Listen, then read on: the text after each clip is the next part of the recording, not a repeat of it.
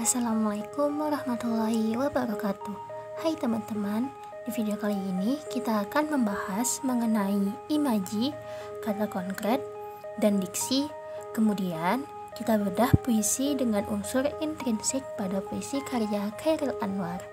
Baiklah, langsung saja ke pembahasannya. Yang pertama ada imaji. Pengertian imaji menurut Rohmansyah tahun 2014 halaman 18 adalah susunan kata-kata yang dapat mengungkapkan pengalaman sensoris di mana pembaca seolah-olah dapat melihat, mendengar, merasakan seperti apa yang dilihat, didengar, dan dirasakan penyair dalam puisinya secara imajinatif atau pengalaman dan rasa kita. Kemudian ada jenis-jenis imaji dalam puisi. Terdapat 6 jenis imaji yang dikenal sebagai imaji atau visual imagery. Kemudian yang kedua ada imaji pendengaran atau auditory imagery. Kemudian yang ketiga ada imaji perabaan atau imaji taktil. Kemudian yang keempat ada imaji penciuman atau olfactory. Yang kelima ada imaji pengecapan atau gustatory. Yang keenam ada imaji gerak atau kinesthetic imagery. Adapun fungsi dan manfaat imaji pada puisi, yakni penggunaan imaji di dalam puisi dimaksudkan agar pembaca dapat memperoleh gambaran yang jelas mengenai hal-hal yang ingin disampaikan penyair. Kemudian diiringi dengan makna dengan tujuan agar pembaca mampu menangkap maksud dari sebuah puisi. Selanjutnya ada kata konkret. Pengertian kata konkret merupakan pilihan dari kata yang digunakan untuk bisa mewakili dari beberapa makna sesuai dengan konteks yang dimilikinya. Beberapa di antaranya seperti makna fisik maupun makna wujud. Lebih sederhana lagi, kata konkret digunakan dalam menggambarkan objek yang terlihat dari mata dan bisa dirasakan panca indera. Contohnya seperti tumbuhan, manusia, hewan, dan sebagainya. Adapun fungsi kata konkret adalah untuk bisa membangkitkan aspek imaji serta daya bayangan yang dimiliki oleh para penikmat puisi itu sendiri. Selanjutnya ada diksi. Pengertian diksi merupakan pilihan kata-kata yang digunakan dalam puisi yang merupakan hasil pemilihan secara cermat. Kata-katanya merupakan hasil pertimbangan baik itu makna, susunan bunyinya, maupun hubungan kata itu dengan kata-kata lain dalam baris dan baitnya. Adapun tujuan puisi adalah untuk memperoleh keindahan agar dapat menambah daya ekspresivitas. Selanjutnya, kita akan bedah puisi dengan unsur intrinsik. Pengertian unsur intrinsik adalah unsur yang terkandung dalam puisi dan mempengaruhinya. Yang termasuk unsur intrinsik puisi yakni tema, imaji, diksi, suasana, majas, rima, kata konkret, dan amanat. Tetapi dalam video ini kita akan menganalisis puisi karya Chairil Anwar dengan unsur intrinsik yakni imaji, kata konkret, dan juga diksi.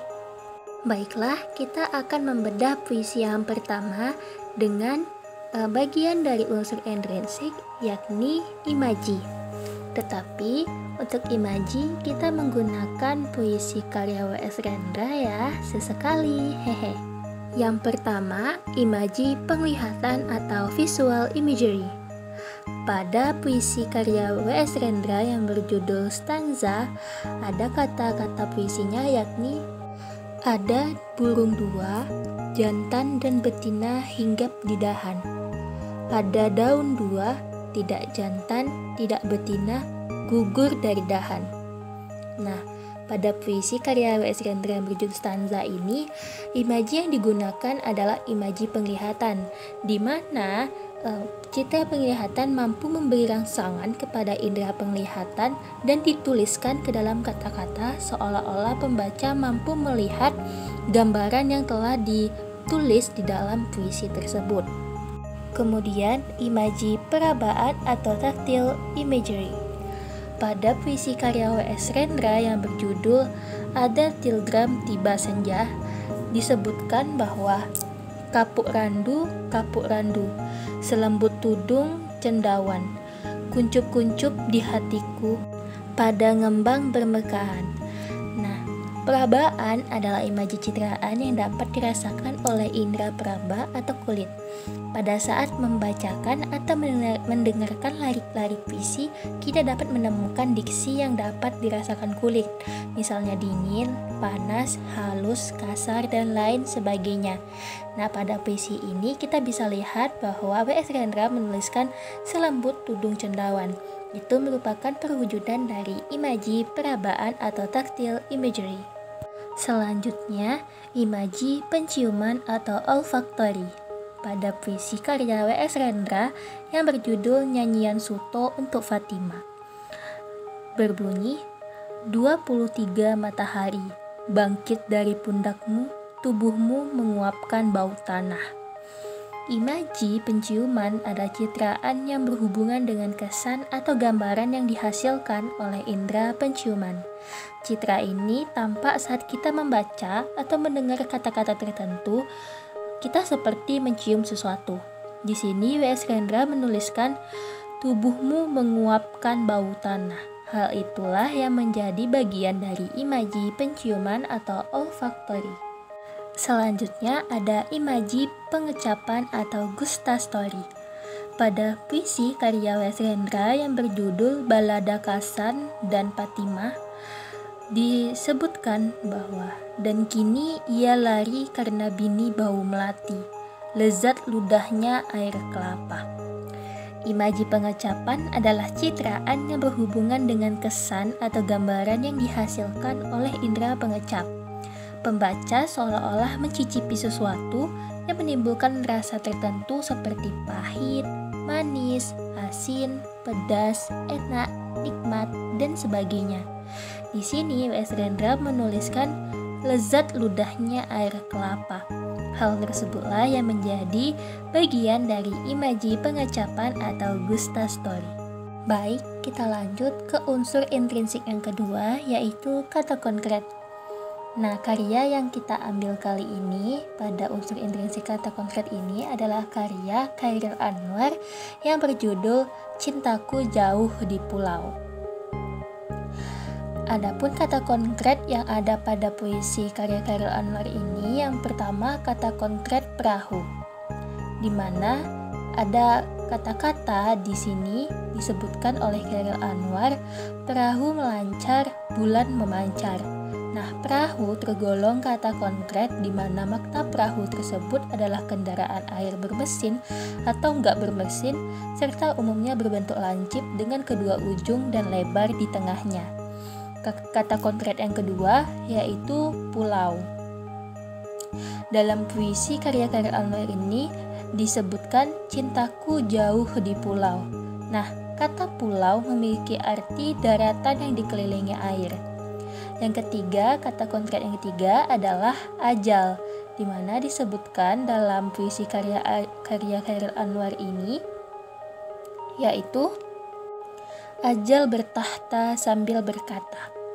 Kata konkret ajal berarti batas hidup yang ditentukan oleh Tuhan. Kata konkret selanjutnya yang ada pada karya Chairil Anwar ini adalah kata konkret air, di mana Chairil Anwar menuliskan di air yang tergenang, di angin mendayu. Kata konkret air berarti cairan jernih, gak berwarna, gak berasa, dan tidak berbau yang diperlukan dalam kehidupan manusia. Selanjutnya, kita akan masuk ke unsur intrinsik diksi.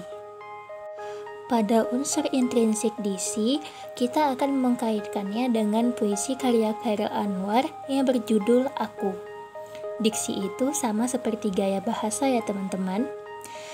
Pada puisi Aku karya Chairil Anwar ini, diksi yang pertama adalah diksi hiperbola atau gaya bahasa hiperbola, di mana disebutkan, aku ini binatang jalang, dari kumpulannya terbuang, biar peluru menembus kulitku.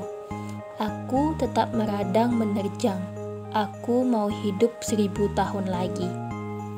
Nah, gaya bahasa hiperbola ini adalah gaya bahasa yang digunakan untuk melebihi sesuatu yang maknanya dilebih-lebihkan sehingga tidak masuk akal.